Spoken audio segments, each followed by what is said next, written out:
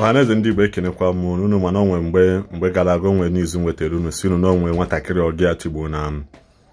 Ogia tigbu na Congo. Kita ananwa goso ka na our brother bụ Ezugo wee jeche ka ọ grant that young man interview maka na ọ dịrị easy. Achọrọ m kwunu from the reliable source. Ihe ampa the young boy Ogia tigbu na Congo. Kwunu nụ ihe ukwu ka ya na ihe si wee je. Ke nke bụ na mmadụ ya anọ. Mmadụ kponye gị nwa ya ka izu. Ọ bụrụ na ịma mme nwa ya ịkpọ na nwa mmadụ sị na nna anababe nna gị na ma mme nwa ha. Today say ni wele ties na-apịa nwatakịrị n'azụ.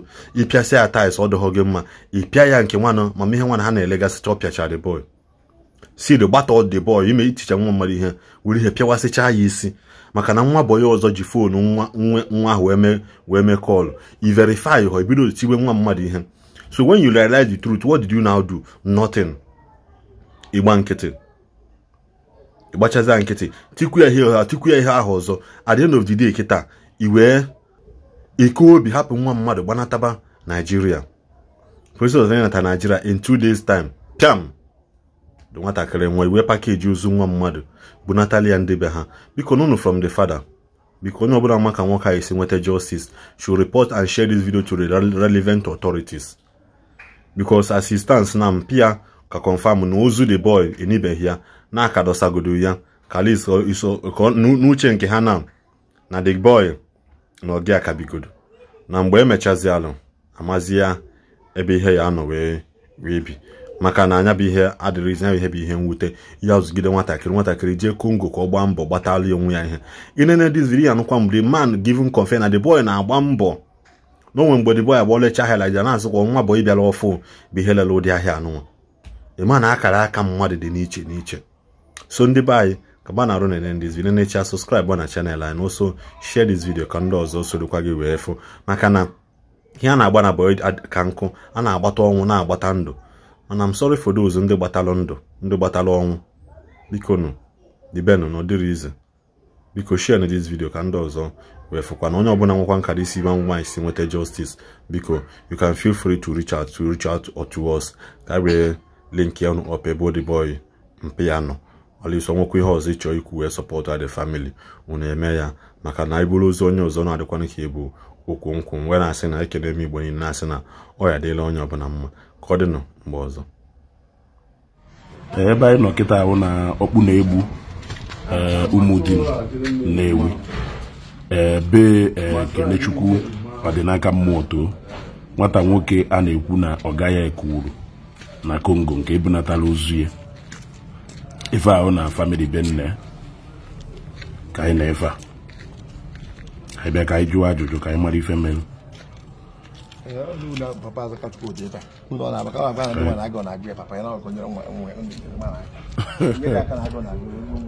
I know direct from the horse's mouth. Ka na-akpọ m biko ọsasị ndị be anyị ka nkụ ebe a na-alụ ụlọ ebe a ọsasị na nji na ọga ebepụta ego oge nwere alụ ụlọ enube m so ndị ụmụ na ga-akpa aka so onye be m ụmụ ya na nwa na-akwụ onye be m nọ nwa ha akpọ ya ụfọdụ mmadụ ọna mmadụ fon ya nnukwu fon na Congo chat ese ka ọ chọrọ ka ya ụmụnne ekwu na obi ụmụnne na-eme ofe ka sịcha ometụ aja n'ụlọ ọ bụ ebe na vidio kọlụ onye ụmụnne ha chenekene ha kenechazi ya onwe ha ọjọọ dị ka asatọ onwe onye nwe fifa mbere n'ihu na-asatọ emere ọ sị na ọ ga-egbugharị ihu na ọkpụchi ugo ji gbawa ihu anyị ga-ada emechi ekwu maka ife gbasara fonu ụmụ ya ji gụrụ wee zaa kpọọ nwaanyị ndị ọkụrụ ya masara egbuchakwa anya na ọnwa ga-akpọ mmadụ ife n'okwu enweghị isi ikpuwe ya nsị akwụkwọ na nsị eme ka ngwọ ga magosara ntụrụ ka mere ahụ dị ụmụazị na ọdụ ometa ife ewere kọwa ya ife mee ka ọ nwata agba ife a na-ekwu anụmanya ma nwa na-ada ha ntụrụ asị nwe ịta ngwa ya osinyesa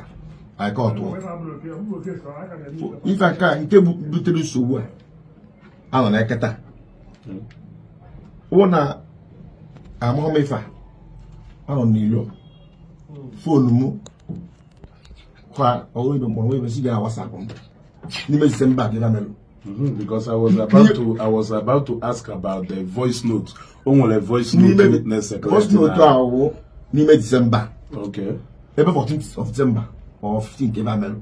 Okay. For tem bambo oyibe si nja for m no bi ala ha mwa na paakị ebe m na-agba n'ilo mpaakị ya firi ya na WhatsApp nene fu picture nwa nwoke selegasịrị ya voice note ọ na-egwu na ụkwụ na ife mekwe na Congo n'ọkwa ọ ga-egbu ya mụ na-ekwe ife ọkụrụ ya ma ọ mee ya gwa daa di ezo sukwe ya voice note ma ọ mee ya gwa daa di maka wanya zakpọ na phone because of asịrị ka asị ndị mmadụ ọzọ akụ asị na ebugo ego ga-eri ya mgbe ekechi ife obi gba m njọ ife na-emedalị gasa isi nju onye besi nchelu ka echi ka ọ kpọọ Akachukwu send the voice note ife mele ji wee kwya matize kwa mental lock yes iso be ni vi na-ekwu na magote vi na-ekwu ngara eje wa mpo jeme call mpo aka echoriza okay za call is a call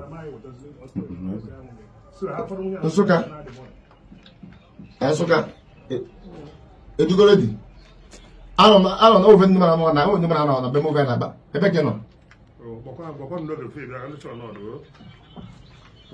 ebe ka ma abata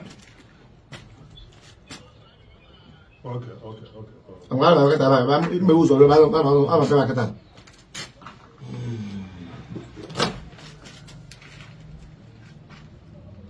ana na abịa ba ejike ana ma abịa kata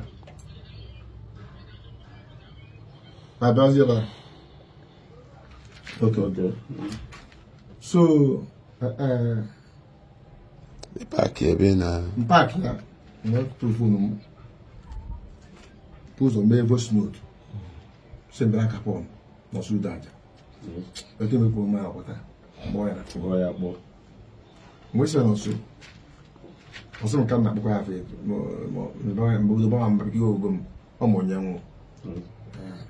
Yo mbaba lamba mgbe si aso inwere mind nwa kpọrọ uje zụrụ m ka inwere mind pịa tais pịa kwentalog gbawa stem ọrụ ọkpọkụ isi ya nwatakịrị gburu ka o mere zuru oyi ba mbacha mgba gbanye fere ihe maka ụka m na-ekwenye tụrụ ọrụ mecha kpọchi ya n'ụtụtụ esi ya be m kpọchi ya m sị na m ekwucha konkludu nsị na konkludu na ife mere nwa ahụ na eme nwa gị nsị obi mma emetụ nwa gị n'ọsọ aka na etu mụrụ agha ụdụ n'ikpọ m nwa gị ụzọ na nwa m ifo mere akpọ adọ ma kpọọ ngụ na fon gba ife nwere mara ka tutu nwa gbọrọ ka wụrụ nwa barịa mba na mmadụ ahụ dịrị asị my boy nwa mụrụ n'afọ m na mụ maka m na ụdụ na mara ka ime nwa gị ife ya ume ugwutebe nye ka mụjọ nwa kpọọ gị ịkpọ m nwara anya na-akụ ya ka onye ohi ahụ ya mgbe na otu wewezi iwe nke ọka nke owe chi ezi Akachukwu mezi voice note fọd gwazie ma ụmụ ya bak wee ka ọ dị ala n'otere akụwara ife na ọta na ụlọ di edi dịka nwatakịrị chọrọ ịgbara mbọ ọ chọrọ ka ọ dị ka ibe na-eji ife ụfọdụ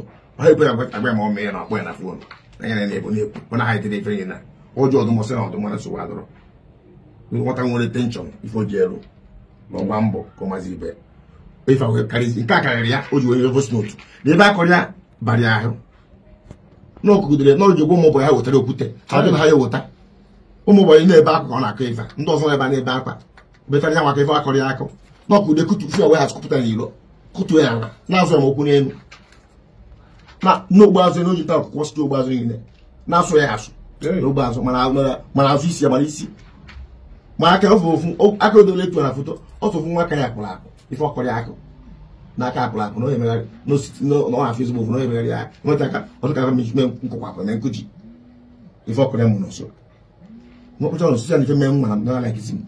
Okay, mana can you do one better ajụjụ before I continue? Ama na based on ife mele emego. Yes. Need ozi the cause of ife mele ji wee tiri ife yes. I suppose ozi ewo anything because of na enwe na ife anya does ekwu maka ife ahụ mele because now got extra mile. Yes. So now but ị nwere ike ịkọwatara anyị nwa obere na okwu nwere ife mele o ji wee nwee ike tie ife ahụ tiri ife mere nụ wụ na Akachukwu gwara ebe m ka ọ sị ya mee voice note ya bụ ife mere o ji weta ife ka ya ọ ọkụrụ ya o wechara anya nwa nọ n'ime ya n'owu mbọsị ụmụazị obodo ebe ha o were ọrụ ụlọ ọfụ na Kongo mbụ nso ọkpakpụ na December anọrụ 12 flat ọkpakpụrụ ebe akọ na wekọ nwa ebe a n'owu mbọsị odo ebe ji buweti na ebe ahụ ndị obodo na-abata ebe buweti n'ime kọmpa na ebe ndị obodo ebe buweti owe ndị fụka ndị obodo batara na-apụ owe wọ na asị ya mata ebe buweti ahụ na owe gwa onye obodo asị ya ọ gaghị asị apụ na but never had the weight here. But all the money that company they weight to the they were measure for chi date. Then na ka ozu na ya wana swap na that the oga say happen yilo. Ona swap na po yilo that day. Ni uchu kuna mad no po yilo. Do your gate here. They were go mo if I if I actually me no gwara eziokwu no your gate. Yes. Okay, well, Mrs. No nwa boy won yo so nwa je ko so oge nwoke na ebi. Si ona ka chukwu kpore gate. Na mo aka oge nwoke chepu hapu. No no ga abachi ga zo hapu gate oge. Unyezi aka chukwu o we ko nwa ife. Si we has kopita yelo. Kutu era we ko erigiri. Ta gbogbo won takere. Even mo ba ko yo ba ko na ko yo na even na shop. No ku go di na shop one day no bucha kwa na shop. No ma ko madi ife. Voso du mo ko so nwa nwoke mo ni fa okra yebu. Okra nonsense.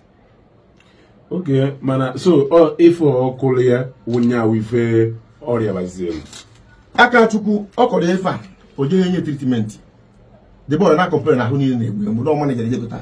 Asta mo ro gota obi stove nye ya ngo. No mi go 3 days nye ya ngo. And the more battle maka inu na no battle na the boy no nyanwa bataba aka po no ifa mecharo. Mpa fa ma kuchara ifa. O take isi o akwa mota kere. Kami je ju no o batara uno. Aka po no ono kare han na 3 days nwa we nwa Congo. Because na aka chukwu ona agba ndị mmadụ ebe ejobu ụlọ ọgwụ anụmanụ ma ife a na-ekwu ndị nwaanyị kwasị na-agba m akpụgo nke ezigbo mbụ kpọm na fon gba na aka chukwu nwere ebe dị na ala ahụ ọla n'ọpụ na-ebunye ụlọ ọgwụ nọ ebe dị na mma họrọ kọrọ wee jụọ oyi n'okwu isi ya na wee na mgbede abịa nwa na-enye pastamọl ọnwụcha dakpo ụlọ n'okwu ite ozi n'otu echi so ebe ọ na-asị na ojibiji ụlọ ọgwụ mee nke ahụ ka ahụ akọrọ iso akọ ka a na-akọ gatago. Okay, then the last or second to the last onwebona mgbe igwelu okwu mbụ wee kwute something like ife mpe the nọso bịagwa mgbe ọ batara unu ji wee were mmanya jee ekene. I suppose na ịjụghị ajụjụ a mgbe ahụ but achọrọ m ka m jụọ na onwere at any time nọso ude aja ji ọnụ ya kpọọ complain olu ose na nwa ya jikwa na-eme ife dị otu a ma nwa like onwere complain ọ na-enyezi ụdụ bad nke niile eme expect na o nwere ike onwe ni nsogbu onwebule mbọsị kpọrọ na fon gwa m n'aka chukwu mere nka na omere nka na oweje ego na-azụ afịa ego afịa ezu ezu mara mgbe obi ka mmadụ mgbe afịa ọtaghị ego ụbọchị onye m complain if you want them were tata m na ọnụ mgbagwa na fon jụọ ọsị na ha dị mma. Okay, amazi na ajụjụ nke a m chọrọ ịjụ na ngụ ka ọ dụrụ mụ nwe ịjụ ajụjụ a mana mma jụpụ na ọwụ na ya aza nke ịza nọ nso ude aja suppose na-abịa na obodo na onwe ka ndị mmadụ suppose isi wee mara mmadụ ọ person ama ama asị na onye na-enye nsogbu maka ama na from onwe kpọrọ nwa akwụkwọ ya onye ka m ji wee jụ a family relationship ka a personal relationship like ọwụ onye nsogbu ka ọ nọ na-aya sị na nke awụ ekwensu lụrụ ọrụ a